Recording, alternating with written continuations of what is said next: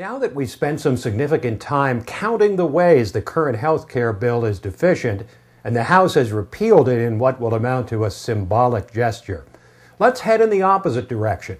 You can't replace something with nothing, so let us now count the ways Congress should pursue reform that, unlike the current health care bill, employs the free market and common sense.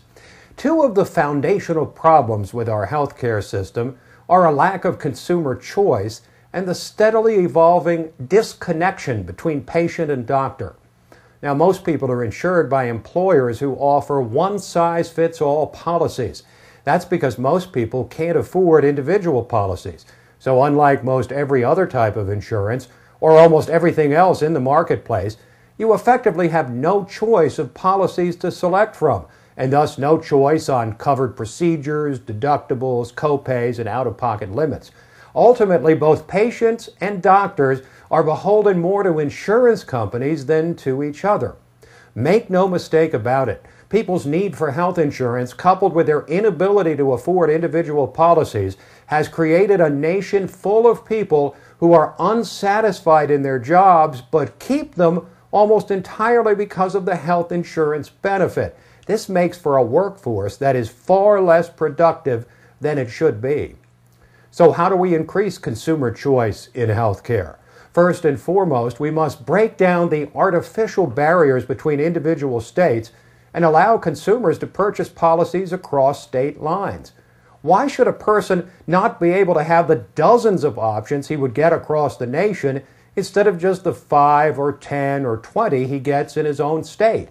We know that with the way the free market works, removing these barriers would not only generate a greater array of consumer options, but of course would also increase competition and therefore lower prices.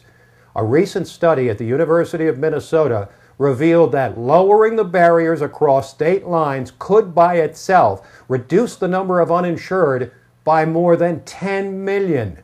Now, there's also a problem with business. While most large companies can and do offer health insurance to their employees, most small businesses can't afford to do so.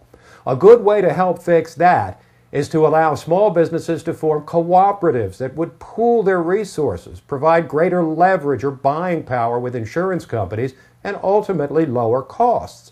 This would also put a dent in the number of uninsured.